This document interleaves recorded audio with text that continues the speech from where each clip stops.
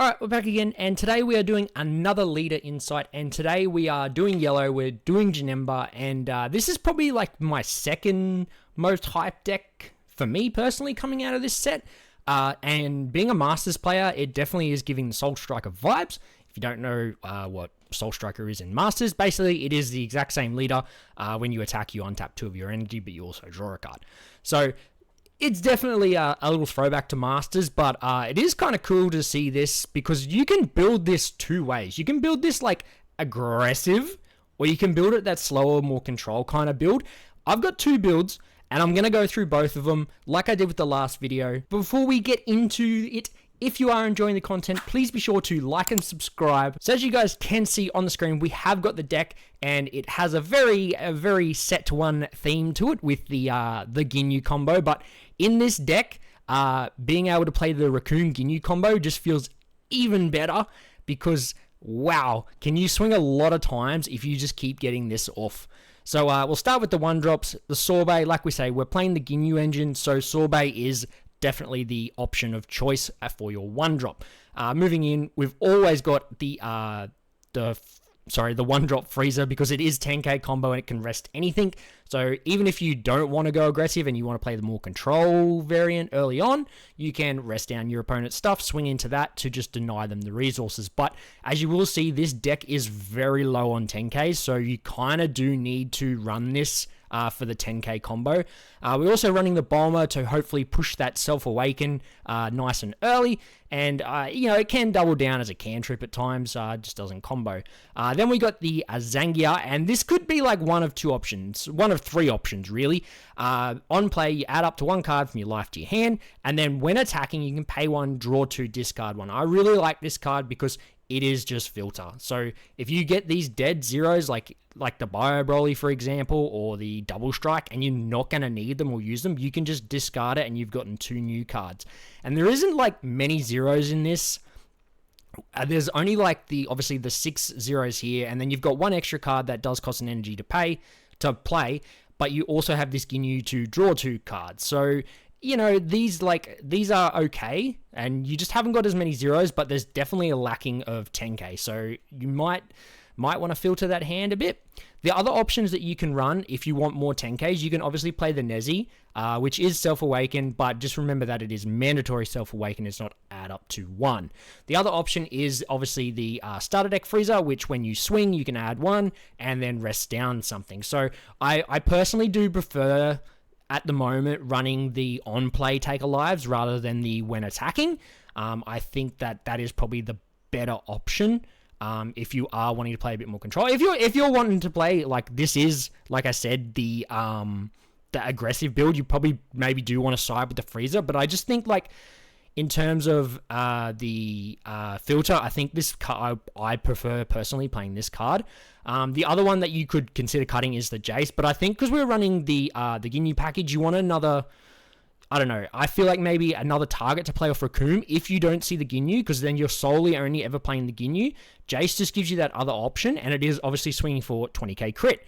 So even if you don't get to untap 2, just still playing Raccoon for 3 and playing another body when you untap 2 with your leader anyway, it would feel really good. So that's why I've got Jason here. Obviously, like I said, you have got one of these 2 options that you could run instead. Ginyu, well, we know what Ginyu does by now. If you've got 3 or more? Yeah, 3 or more battle cards with Frieza's army and their traits, so hence why the Sorbet is so key instead of like the Spike Demon or just any of the other generic 1-drops that draw a card. You get to untap 2 energy, and you can't play Ginyu for the turn, which is okay because you're normally only ever playing one of these, and if you can get this, like if you can play back-to-back Ginyus, then you're in a really good spot. And obviously the Raccoon to play the Ginyu for cheaper. Even in this deck, even to pay 2 to play Ginyu isn't that bad if you've got the Frieza's army targets, because it is essentially free play. And then you're still getting 2 energy. So even a 2 for 20, if that's what you need to swing, it's still 2 for 20, and your leader basically makes it free if you're just choosing to untap. And like we said, we got the Raccoon, which we have got 2 targets to play, so you don't have to like hold Raccoon in your hand until you get a Ginyu if you've already got a Jace. And this is like also a good little play because like going second, if you want to crack your marker, you could play Raccoon and Jace and take 2 life, and just sort of like really push the Awaken. That is the option. The other 3-drop that we have is Vegeta. This is mainly because obviously a bit of free play. We can free play a Sorbet or a Bulma if we need to. And the other option that you can run is this Janemba. And this Janemba is actually still pretty good for the deck. I just feel like maybe the Vegeta doubling down as a can't be KO'd by effects maybe just puts it that little bit ahead of Janemba in this case, because they kind of, if they want to, this nearly becomes a target of attack, the Vegeta, at times. You're playing against decks where they have where they have KO effects rather than like the minus or the bottom decking of red. So that is like kind of like my reasoning with Vegeta, but Janemba is still a very, like, you could, if you wanted to, you could argue cutting like the Zangief or the Jace for the Janemba as well if you didn't want to run any of the 2-drops, because it is really good. So 3 energy, add up to 1 card from your life to your hand, switch an energy to active, and then choose something and rest it. So for your 3 energy, you could like play this, Awaken, so you're 2 energy again, swing with your leader, untap 2, and then play a Raccoon Ginyu or a Raccoon Jace if you need to. So, you know, it's still really good, and it's a 2 for 25k, which when you look at like the stat lines, 2 for 25k is a really strong stat line, in my opinion. Obviously it does cost you 3 energy, but you get 1 back.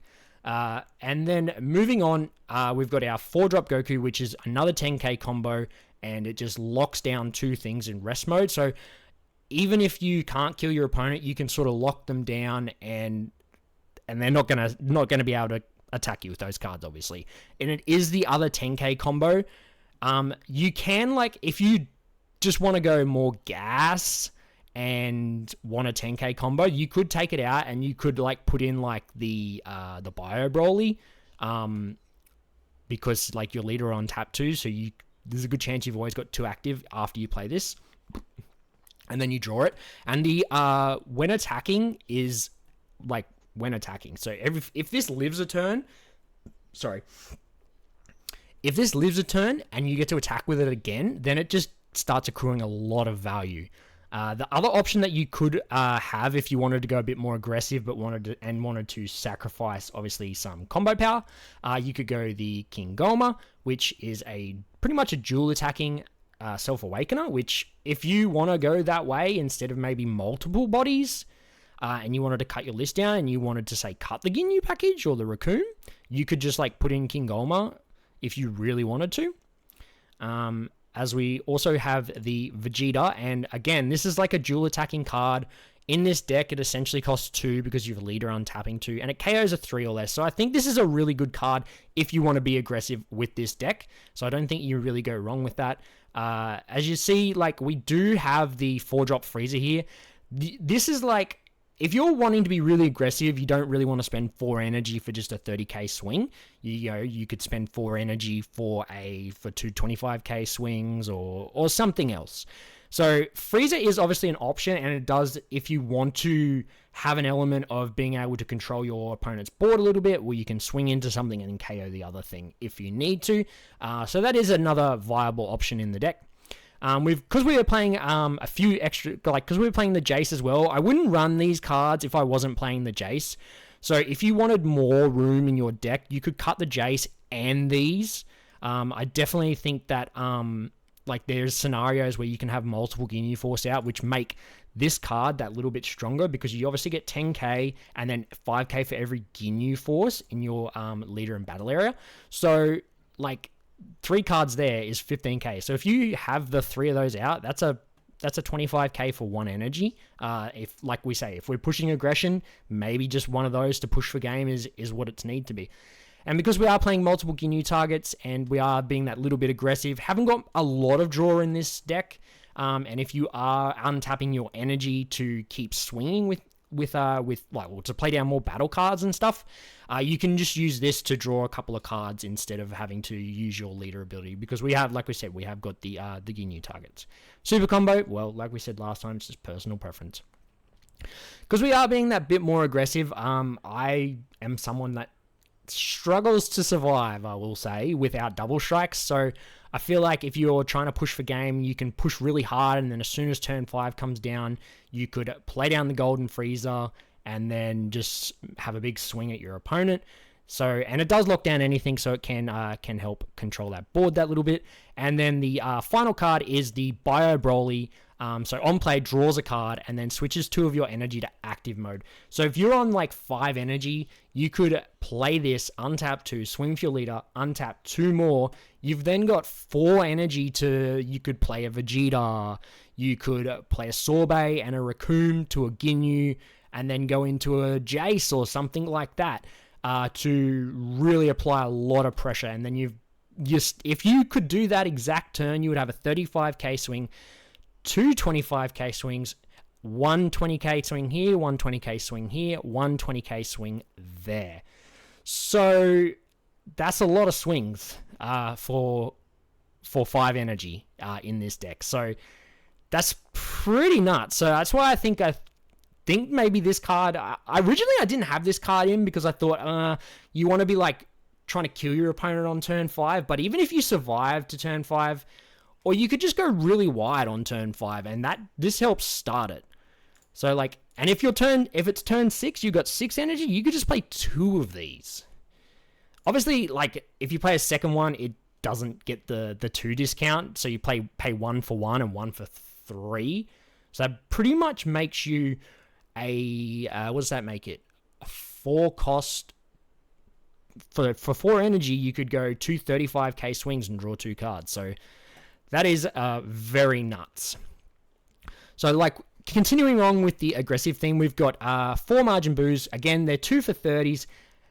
Yeah, they go away at the end of the battle, so maybe that might turn you away from not using them. But again, it is a 10k combo, so you got to work out, is the aggression and the combo power worth the trade-off?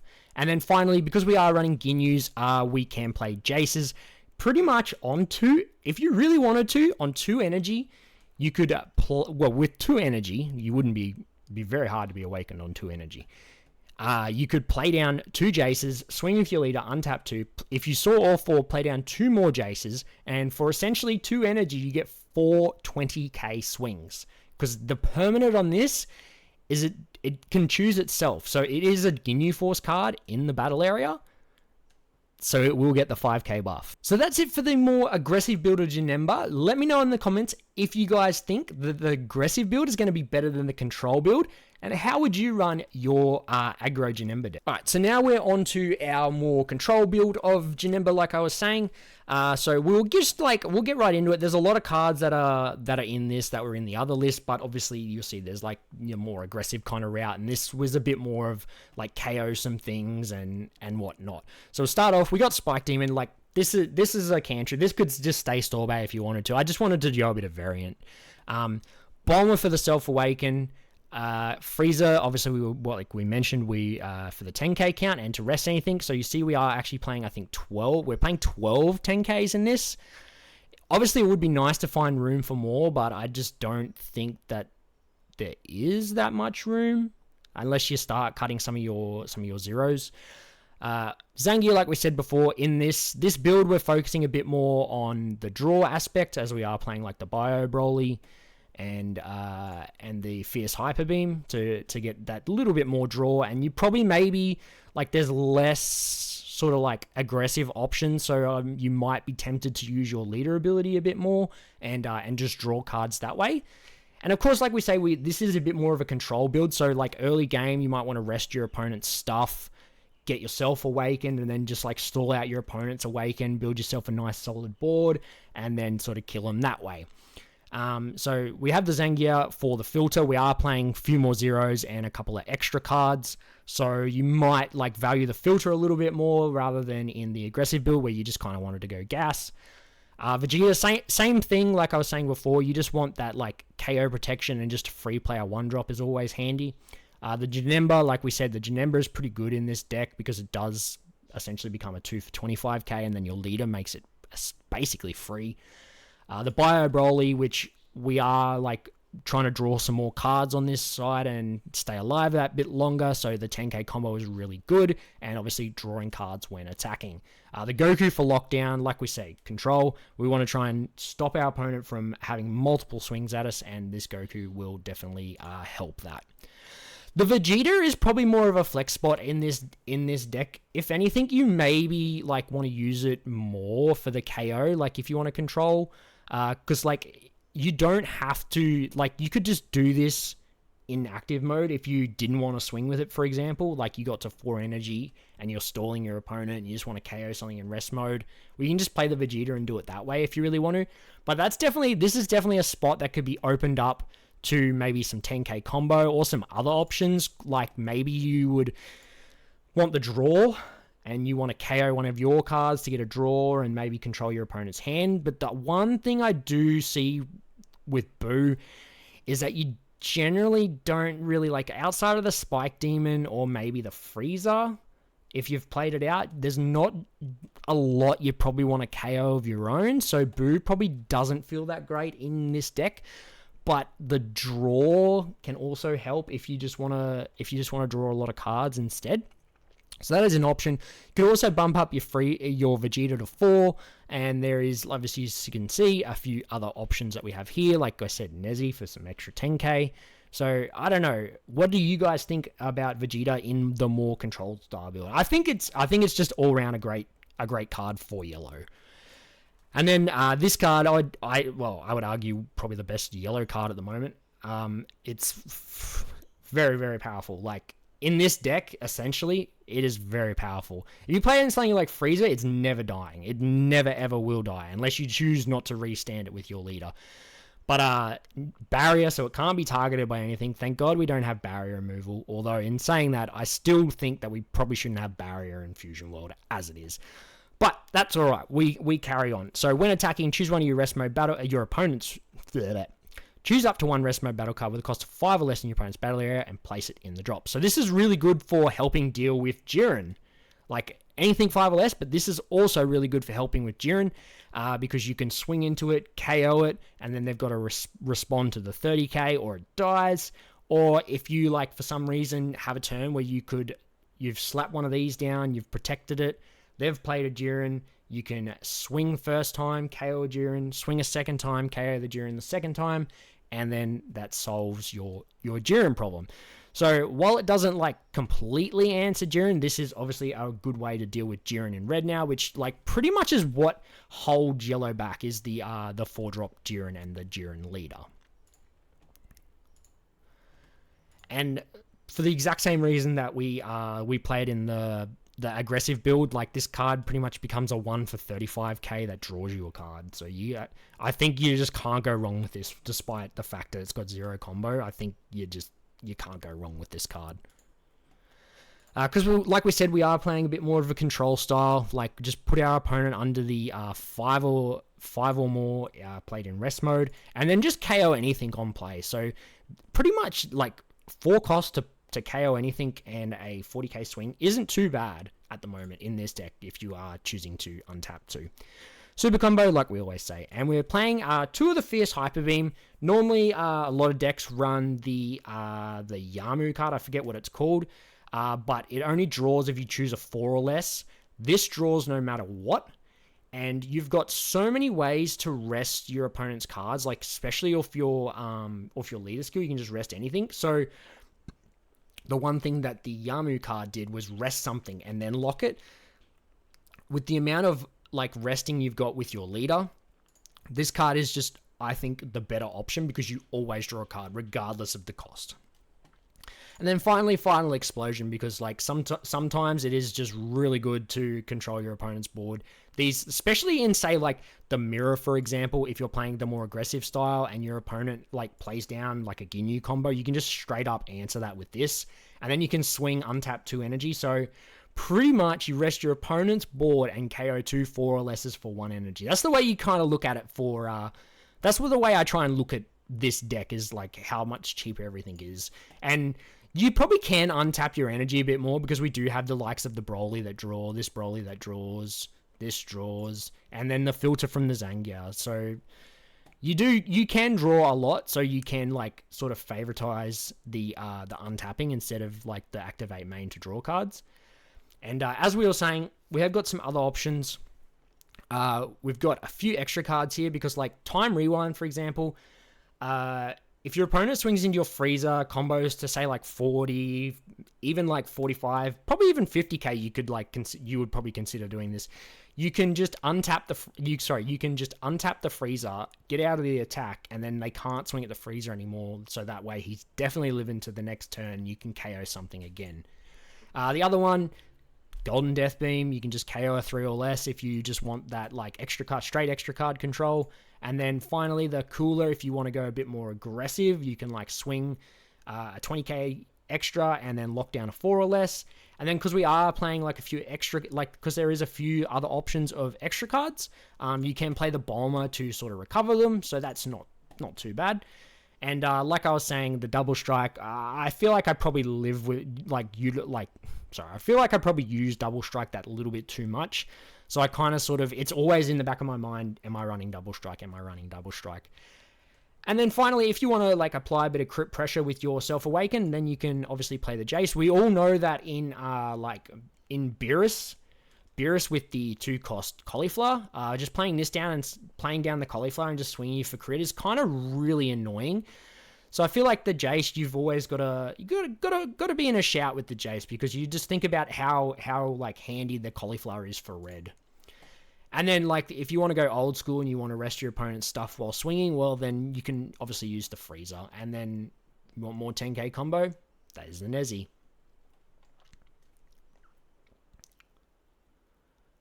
So guys, that was the control build of Janemba. Let me know in the comments what you guys think of it, and let me know how you would run your control list, and which one do you think will be the better list.